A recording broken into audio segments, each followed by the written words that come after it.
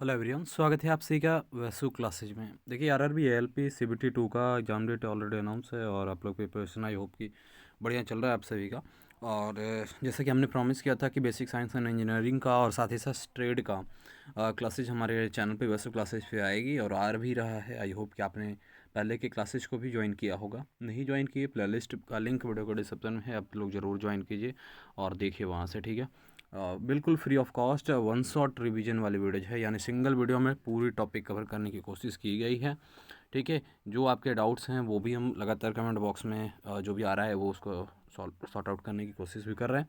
तो चलिए, आज का जो टॉपिक है वो बेसिक साइंस एंड इंजीनियरिंग का एक most important chapter environment education. Environment education से काफ़ी सारे क्वेश्चंस देखने को मिलता है और 40 मार्क्स का ये आपका बेसिक साइंस एंड इंजीनियरिंग का एग्जामिनेशन है। अगर आप 40 मार्क्स में 35+ अचीव करना चाहते हैं तो ये क्लासेज आपके लिए बेहद ज़रूरी है। शुरुआत करते हैं। सबसे पहले इन्वायरमेंट एजुकेशन यानी पर्यावरण का अध्ययन आपको करना है और ये बाइलिंगुअल है, इंग्लिश और हिंदी दोनों में। नोट्स आपको यहाँ पास जो दिखेंगे वो इंग्लिश और हिंदी दोनों में रहेगा। अगर कहीं पास इंग्लिश रहती है तो उसका हिंदी भी हम आपको समझाते चलेंगे।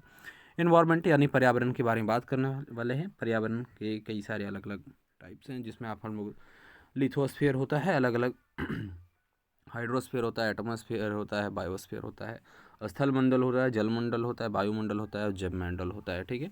एक एक करके हम लोग समझते चलेंगे। सबसे पहले शुरुआत करेंगे लिथोस्फीयर से, ठीक है। लिथोस्फीयर क्या है? तो लिथोस्फीयर स्थल मंडल यानी स्थल जो है वो 3 लेयर में यहाँ पास आपका बटा हुआ है। कुछ इस तरीके से अगर हम लोग एक हिस्सा लेते हैं अगर पृथ्वी का, तो यहाँ पास 3 हिस्से में रहे। सबसे ऊपरी जो हिस्सा होती है उसको क्रस्ट कहते हैं, ऊपर पट्टी जिसको कहते हैं हिंदी में। दूसरा आपका मेंटल है। तीसरा आपका सबसे निचली जो हिस्सा होती है वो कोर होती है। तो सबसे जो ऊपर का हिस्सा जो क्रस्ट है वो कम्प्लीटली सॉलिड होता है, लेकिन जो बीच वाला पार्ट है यानी मेंटल जो होता है, यहाँ पास आपको मोल्टेन स्टेट में जो है वो रॉक्स, चट्टान वगैरह देखने को मिल जाएगा। सबसे जो निचले हिस्सा है वो कोर, जिसमें आपको मिलता है आयरन और निकल जैसे एलिमेंट्स, और कम्प्लीटली ये सॉलिड भी होता है, ठीक है। तो इस तरीके से ये लिथोस्फीयर, जिसको स्थलमंडल के नाम से जानेंगे। अगला हम लोग देखेंगे एटमॉस्फेयर। एटमॉस्फेयर की बात करें तो एटमॉस्फेयर जो कि डिफरेंट डिफरेंट गैसेज है, इसमें अलग अलग प्रकार के गैसेज हैं, जिसमें आपका अगर नाइट्रोजन की बात करें तो 78% है, ऑक्सीजन आपका 21% है, आर्गन भी 0.93% है, कार्बन डाइऑक्साइड भी आपका 0.04% है, और भी कई सारे गैसेज है, हीलियम भी है, आर्गन भी सॉरी हाइड्रोजन वगैरह भी है। तो उसके ज़्यादा इंपॉर्टेंट नहीं है, इसलिए हमने उसको कवर नहीं किया यहाँ पर। चलिए आगे की ओर हम लोग देखते चलेंगे। तो अगला आता है कि एटमॉस्फेयर में, और हम लोग देखिए अगर पूरे लेयर को, तो एटमॉस्फेयर के डिफरेंट डिफरेंट और भी लेयर हैं, ठीक है। और इस तरीके से आपका है, हिंदी में अगर बात करें तो सबसे पहले सबसे जो निचली हिस्सा है वह है क्षोभ मंडल, फिर आता है समताप मंडल, फिर मध्य मंडल, फिर आयन मंडल और बहिष्मंडल, ठीक है। इंग्लिश में देखें तो ट्रोपोस्फेयर है, फिर स्ट्रेटोस्फेयर होता है, फिर मेसोस्फेयर होता है, फिर आयनोस्फेयर होता है, फिर एक्सोस्फेयर होता है। नोट डाउन करना चाहेंगे, नोट डाउन करते चलेंगे। अगर हम बात करें ट्रोपोस्फेयर का यानी क्षोभ मंडल का, इसका रेंज जो है 0 से 12 किलोमीटर होता है। डिफरेंट डिफरेंट बुक में भी अलग अलग चीज़ें देखने को मिलेगा, लेकिन यहाँ पास इस वीडियो में जो भी टॉपिक आपको बताया जा रहा है, जो पॉइंट जो फैक्ट बताया जा रहा है, वो रेलवे के प्रीवियस ईयर जो एग्जामिनेशन को जो वैलिड माना गया है, क्वेश्चंस में जो वैलिड माना गया है डाटा को, उसको देखते हुए है। तो ट्रोपोस्फेयर में आपका इसका जो रेंज होता है 0 से 12 किलोमीटर का आपका रेंज होता है। स्ट्रेटोस्फेयर की बात करें तो 12 से 50 किलोमीटर होता है, और मेसोस्फेयर की बात करें तो 50 से 80 किलोमीटर का ये रेंज रहने वाला है। फिर आयनोस्फेयर होता है 80 से 700 किलोमीटर, और एक्सोस्फेयर जो होता है 700 से 10,000 किलोमीटर के लगभग इसका रेंज रहता है। अब एक एक करके हम लोग सभी स्फीयर को याद करेंगे, समझेंगे। अब देखिए अगर इसका याद करने का तरीका, ठीक है, तरीका अगर आप लोग को याद करने का देखें तो नीचे से चलेगा TSMIE, ठीक है, तस्मई। तस्मई आप याद रखिएगा तो इससे भी आपको याद हो जाएगा। ये नीचे से आपका एटमॉस्फेयर का लेयर है और यहाँ से याद किया जा सकता है। चलिए ट्रोपोस्फेयर से शुरुआत करते हैं हम लोग। अगला अगर हम देखें ट्रोपोस्फेयर का, क्षोभ मंडल का, तो जितना भी मौसम से संबंधित घटना जो होता है, यानी मौसम जब परिवर्तन होता है, वो सारा का सारा क्षोभ मंडल में यानी ट्रोपोस्फेयर में ही होता है। साथ ही साथ यहाँ पास ये भी याद रखिएगा कि ऊंचाई जैसे जैसे बढ़ते जाएगा, इसमें टेम्परेचर जो है इसका घटता चल जाएगा। जैसे जैसे आप स्थलमंडल से ऊपर की ओर बढ़ेंगे, ये ऊंचाई के साथ में टेम्परेचर यहाँ पास घटता जाएगा। कितना घटेगा भैया? तो 165 मीटर की अगर आप ऊंचाई पे जाओगे तो 1 डिग्री सेल्सियस की कमी आपको महसूस करोगे आप, ठीक है। दूसरा है आपका स्ट्रेटोस्फेयर, जिसको समताप मंडल के जानेंगे हम लोग।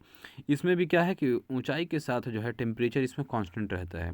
देखिए अल्टरनेट चलता है, पहले घटेगा, एक में कांस्टेंट पे रहेगा, फिर अगला में बढ़ेगा, ऐसा इस तरीके से कांस्टेंट सॉरी अल्टरनेट वे में चलता रहता है।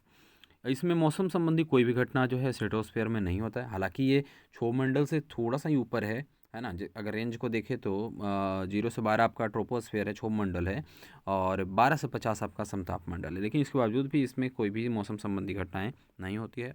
जो आपका एरोप्लेन वगैरह वायुयान जो चलती है वो इसमें चलती ही है। और ध्यान दीजिएगा, इसमें सबसे मोस्ट इंपॉर्टेंट है, इसमें आपका ओजोन लेयर होता है, O3। ओजोन लेयर जिसको हम लोग फॉर्मूला O3 लिखते हैं। ओजोन लेयर वो जो अल्ट्रावायलेट रेज यानी पराबैंगनी किरण जो सूर्य से निकलती है उसको पृथ्वी तक आने में से रोकती है, ठीक है। कई बार आप लोग सुना होगा कि ओजोन लेयर का क्षय हो रहा है, तो उसके बारे में भी हम अभी आगे में डिस्कस करेंगे, ठीक है। तो वो ओजोन लेयर भी स्ट्रेटोस्फेयर यानी समताप मंडल में ही होता है, ठीक है। आगे फिर बढ़ेंगे तो यहाँ पर अगला लेयर है मेसोस्फेयर। मेसोस्फेयर, इसमें क्या होता है कि ऊंचाई के साथ इसमें भी टेम्परेचर की कमी आता है। सबसे पहला वाला में हमने भी देखा कमी आएगा, इसमें भी कमी आता है। आयनोस्फेयर की बात करें तो इसमें क्या है कि विद्युत आवेश, जैसा नाम है इसका, आयन मतलब समझ रहे हो ना, आयन का मतलब चार्ज, वो जैसा नाम उसी से आप लोग अंदाज़ा लगा सकते हैं कि इसमें क्या होगा कि विद्युत आवेशित कण यानी इलेक्ट्रिक चार्ज पार्टिकल्स होंगे, ठीक है। अगला है सबसे लास्ट एक्जोस्फेयर, जिसका रेंज है 700 से 10,000 किलोमीटर तक था। उसमें होता क्या है कि डेंसिटी जो होगा इसमें गैस का वो लो होता है, काफ़ी कम होता है, ठीक है। अब थोड़ा हम और विशेष तरीके से हम लोग समझेंगे एटमॉस्फेयर को। कंपोनेंट ऑफ एटमॉस्फेयर, ठीक है। एटमॉस्फेयर बना किससे है? तो एटमॉस्फेयर बना है बायोटिक, अबायोटिक और बायोटिक से, यानी अजैविक और जैविक से, ठीक है।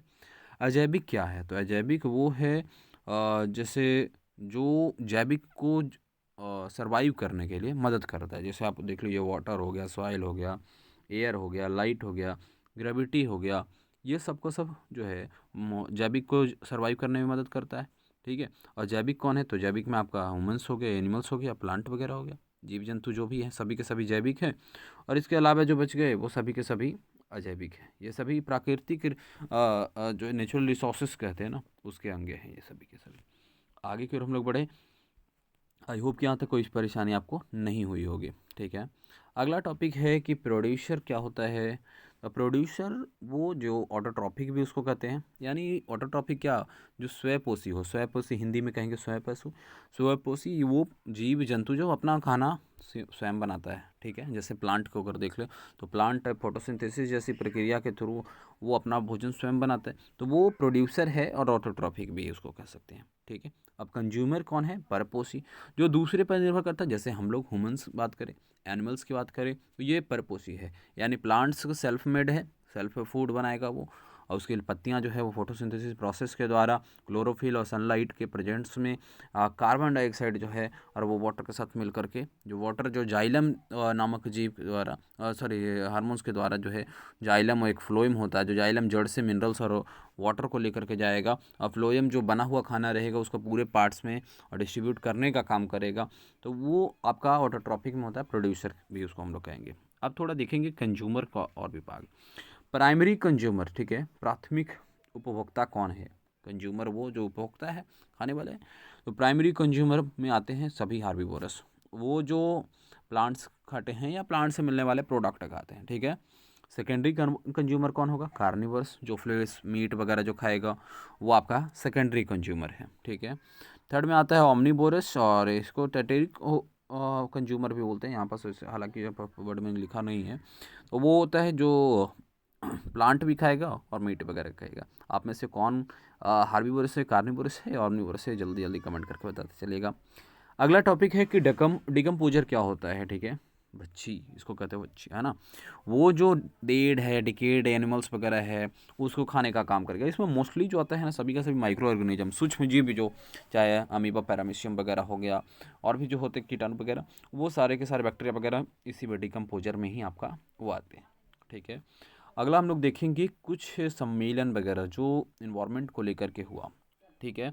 वर्ल्ड इन्वायरमेंट डे 5 जून को आपका मनाया जाता है। क्यों मनाया जाता है? इसके पीछे का रीज़न है ये कि आपका स्कॉटहोम समिट हुआ था स्वीडन देश में, और इस स्कॉटहोम में 5 जून 1972 को, और इसमें 119 देश हिस्सा लिया था, और इसी के कारण से वर्ल्ड इन्वायरमेंट डे भी मनाया जाता है, पर्यावरण दिवस भी मनाया जाता है। ठीक है, अगला है पृथ्वी शिखर सम्मेलन जो हुआ था, तो 3 जून 1992 को 1992 को आपका ये हुआ था, और इसमें 192 देशों ने हिस्सा लिया। हालांकि ये सब देश कितना हिस्सा लिया ये इंपॉर्टेंट नहीं है, और ना ही उतना डेट वगैरह है। हाँ, ये याद रखिएगा 5 जून आपका वर्ल्ड एनवायरनमेंट डे है, ये याद रखिएगा आपको। ठीक है, और एजेंडा 21 का अगर क्वेश्चन आ जाए तो वो भी याद रखिएगा कि पृथ्वी शिखर सम्मेलन जो हुआ था 3 जून 1992 को, उसमें ये एजेंडा 21 आया था। चिपको आंदोलन की बात करें तो चिपको आंदोलन सुंदरलाल बहुगुणा आपको याद ही होगा, ये राजस्थान के जोधपुर में ये हुआ था, जिसमें हुआ था क्या कि पेड़ पौधे को काटना नहीं है, अगर कोई काटता था तो उस पेड़ से लोग चिपक जाते थे। ठीक है, तो यहाँ पास देखिएगा ग्रीन हाउस इफेक्ट है अगला टॉपिक, और अगला टॉपिक इससे भी कई सारे क्वेश्चंस आते हैं। इसमें पूछा जाता है कि कौन कौन से गैसेज ग्रीन हाउस गैस में होते हैं, तो CO2 आपका है, कार्बन डाइऑक्साइड है, सल्फर डाइऑक्साइड है, मीथेन है, और वाटर वेपर है, ये सारे के सारे ग्रीन हाउस इफेक्ट। जनरली इसमें होता क्या है कि कार्बन डाइऑक्साइड का लगातार आप मात्रा, या कोई भी गैसेज जो अभी इसमें इंक्लूडेड हमने बताया अभी इन्फॉर्मेशन, तो कार्बन डाइऑक्साइड का ही मान के अगर चले तो इसमें अगर लगातार कार्बन डाइऑक्साइड की मात्रा बढ़ते चला जाएगा हमारे सरफेस पे, अर्थ सरफेस पे या एटमॉस्फेयर में मान के चले तो इससे के कारण से टेम्परेचर में वृद्धि देखने को महसूस होगा। ठीक है, और साथ ही इसमें ओजोन लेयर जो होता है O3, जिसके जो हमने बताया आपको कि अल्ट्रावायलेट रेज यानी पराबैंगनी किरण को आने से रोकता है, तो उसका भी डिप्लीटेशन होगा, यानी क्षय होगा उसमें भी। ठीक है, जिससे क्या होगा कि अल्ट्रावायलेट रेज पास होना शुरू हो जाएगा उस लेयर से, और अगर वो पास होकर के अर्थ पे आता है तो हम जैसे ह्यूमंस के ऊपर में अगर बॉडी पे पड़ता है वो, तो उससे कैंसर जैसे कई सारे अलग अलग जो बीमारियां हैं वो हो सकती है। ठीक है, इसमें मेनली जो जो ओजोन लेयर का डिप्लीटेशन जो होता है वो CFC गैस, क्लोरोफ्लोरोकार्बन गैस से होता है। जनरली CFC गैस निकलता कहाँ से है, तो आपका AC वगैरह है, जो रेफ्रिजरेटर है या एयर कंडीशनर है, और ठीक है, हाँ, फायर एक्सटिंग्विशर है, सेविंग क्रीम वगैरह है, तो उसमें आपका ये CFC गैस वहाँ से रिलीज होता है। अगला हम लोग देखेंगे कुछ पॉल्यूशन वगैरह, और इसमें अगर देखें तो एसिड रेन के बारे में देखें तो एसिड रेन क्या है, अम्ल वर्षा। तो वाटर वेपर तो ऑलरेडी अवेलेबल है हमारे एटमॉस्फेयर में, और उससे जब सल्फर डाइऑक्साइड यानी SO2, NO2, CO2 जैसे गैसेज रिएक्ट करता है तो वो एसिड बनाता है, और वो एसिड जो है रेन के रूप में, वर्षा के रूप में, वर्षा के साथ में अर्थ तक आता है, जो कि मोनूमेंट्स वगैरह, जो खास करके जो ताजमहल वगैरह जो है मोनूमेंट्स, उस पर नुकसान पहुँचाने की काम करता है। देखिए, हम लोग कुछ पॉल्यूशन की बात करें तो वाटर पॉल्यूशन है, जल प्रदूषण की बात करें तो मरकरी आपका अगर रहेगा, मरकरी अगर वाटर पॉल्यूशन में अवेलेबल है तो समझ जाइए कि मिनीमाता जैसे रोग जो है वो आपका होगा। कैडमियम अगर मिला हुआ है तो इटाई एक रोग होता है वो आपका फैलेगा, और आर्सेनिक अगर मिला हुआ है तो इससे स्किन कैंसर होने के चांसेस बनते हैं। अगर वाटर में लीड का मिक्सचर है या लीड जैसे पॉल्यूटेंट अवेलेबल है तो इससे क्या होगा कि भ्रूण में समस्या होगा, यानी बच्चे वगैरह जो पैदा होंगे वो कहीं ना कहीं डिफेक्टिव होंगे, उसमें कहीं ना कुछ जो है प्रॉब्लम फेस करना पड़ जाएगा। फ्लोराइड अगर वाटर में अवेलेबल है ज़्यादा से ज़्यादा मात्रा में तो इससे क्या होगा कि दांत जो है वो काले या पीले हो सकते हैं। एयर पॉल्यूशन की बात करें तो सल्फर डाइऑक्साइड स्किन कैंसर के लिए उत्तरदायी है। आपका NO2 जो है ब्लूबेरी डिजीज जो होता है उससे के लिए है। फिर CO जो है कार्बन मोनोऑक्साइड जो कि हाइपोथैलेमस के लिए है, जिसमें आपकी बेहोशी जैसी हालत बनती है, तो उसके लिए है। लास्ट वन जो टॉपिक है आज के इस क्लास का वो है हमारा फूड चेन। फूड चेन की बात करें तो इसमें 2 तरीके का फूड चेन होता है, एक है ग्रेजिंग फूड चेन और एक है आपका डिक्रीटिंग फूड चेन, जिसमें आपका चारण खाद्य श्रृंखला और अपर्द खाद्य श्रृंखला पर होता है। तो ग्रेजिंग वाली जो है वाटर ट्रॉफिक से शुरू होता है, और अपर्दन वाले जो खाद्य श्रृंखला है वो हेटरोट्रॉफ से शुरू होता है। ठीक है, तो ये आपका फूड चेन है। आई होप कि यहाँ तक कोई दिक्कत परेशानी जो है वो नहीं रही होगी, और काफ़ी सारी इन्फॉर्मेशन आपको इस क्लासेस से मिली होगी, और काफ़ी सारे क्वेश्चंस आने वाले हैं इस क्लासेस से। तो आप लोग दोस्तों तक शेयर कीजिए। प्लेलिस्ट का लिंक वीडियो का डिस्क्रिप्शन में ज़रूर देखिए और शेयर कीजिए, लाइक कीजिए, चैनल को सब्सक्राइब कीजिए।